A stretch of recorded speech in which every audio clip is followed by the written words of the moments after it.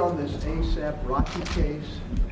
ASAP Rocky is a situation in Sweden. Sweden's a great country. They're friends of mine, the leadership, and we are going to be calling. We'll be talking to them. We've already started.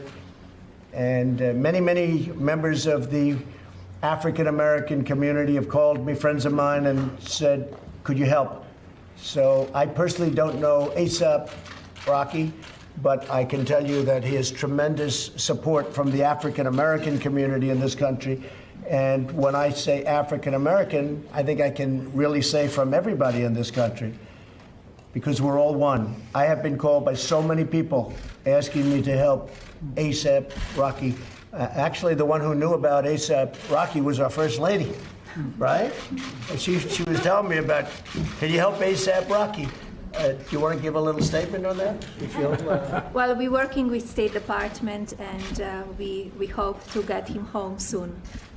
Hey there, I'm Chris Hayes from MSNBC. Thanks for watching MSNBC on YouTube. If you want to keep up to date with the videos we're putting out, you can click subscribe just below me, or click over on this list to see lots of other great videos.